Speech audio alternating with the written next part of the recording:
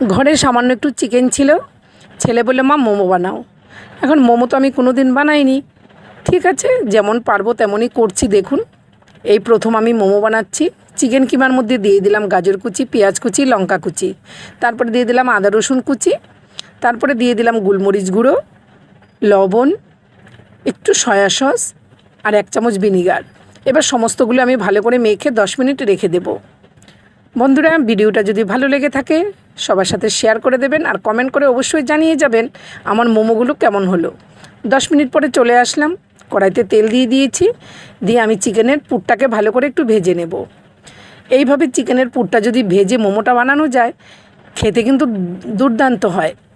চিকেনের পুরটা খুব সুন্দর করে ভাজা হয়ে গেছে, দেখতেই পাচ্ছেন।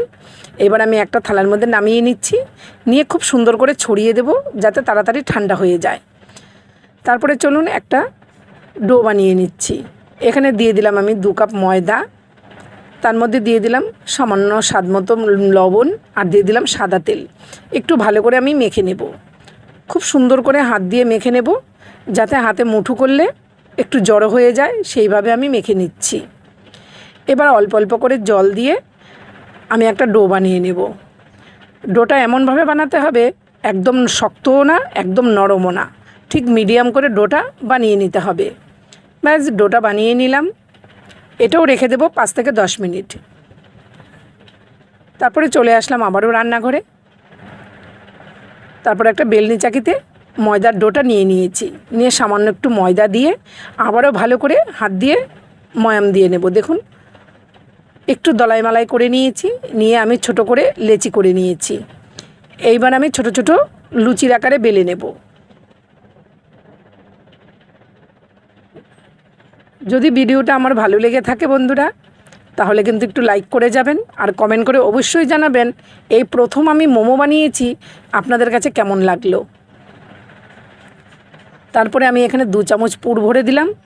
আমি কিন্তু ভালো করে কোনো ডিজাইন পারি না বন্ধুরা, আমি যেমন পারছি তেমনই করছি। তারপরে আমি মুখটাকে সিল করে দিচ্ছি। এটা একটু অন্যরকম করে মুখটা চেপে চেপে দিয়েছি, এটা একটু অন্যরকম হয়ে গেল। আর এটা দেখুন, এটা অনেক চেষ্টার পরে এটা একটু করতে পেরেছি ডিজাইনটা। আরেকটা লেচি করে নিয়েছি, তার মধ্যে আবারও 2 চামচ চিকেনের পুরটা দিয়ে দিলাম। দিয়ে এইবার এটাকে দেখি কীরকম ডিজাইন পারি নাকি। এই যে দেখুন, যেরকম আমরা শাড়ি কুচি দিই ঠিক এইভাবে কুচি দিতে দিতে তারপরে মুখটাকে লাস্টে সিল করে দেব।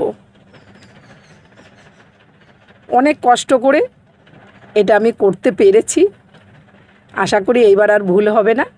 ব্যাস এই ডিজাইনগুলো আমি পুরো করে নিয়েছি। সমস্ত মোমোগুলো আমার কমপ্লিট হয়ে গেল। এইবার আমি ভাপে বসিয়ে দেব। এখানে দেখুন একটা ইডলি মেকার নিয়ে নিয়েছি, তার মধ্যে সামান্য একটু করে সাদা তেল দিয়ে দিলাম, দিয়ে আমি তেলটা ব্রাশ করে নেব। ওইদিকে ইডলি মেকারে কিন্তু জল গরম বসিয়ে দিয়েছি।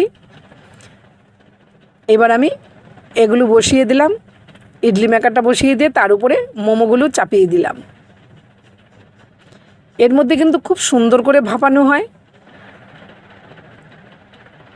তারপরে কিছুক্ষণ ঢেকে দেব, দিয়ে আবার ঢাকনাটা তুলে নামিয়ে নিচ্ছি। কয়েকটা গোল গোলও করেছি, দেখতেই পাচ্ছেন। ডিজাইনটা সেরকম পারছি না বলে ধৈর্য তার ধরছে না, তাই যখন যেরকম পেরেছি সেরকম ডিজাইন করে নিয়েছি। যদি আপনাদের ভালো নাও লাগে তাও কিন্তু কমেন্ট করে জানাবেন। আর যদি ভালো লেগে থাকে ভিডিওটা সবার সাথে শেয়ার করে দিয়ে আমার পাশে থাকবেন। এবার শেজওয়ান সস দিয়ে ছেলেকে দিয়ে দিলাম। একটু কমেন্ট করে জানাবেন, লাইক করে যাবেন, ফেসবুক থেকে ফলো, ইউটিউব থেকে সাবস্ক্রাইব করে আমার পাশে থাকবেন। দেখা হচ্ছে নতুন রেসিপিতে। সবাই ভালো থাকবেন, সুস্থ থাকবেন, টাটা।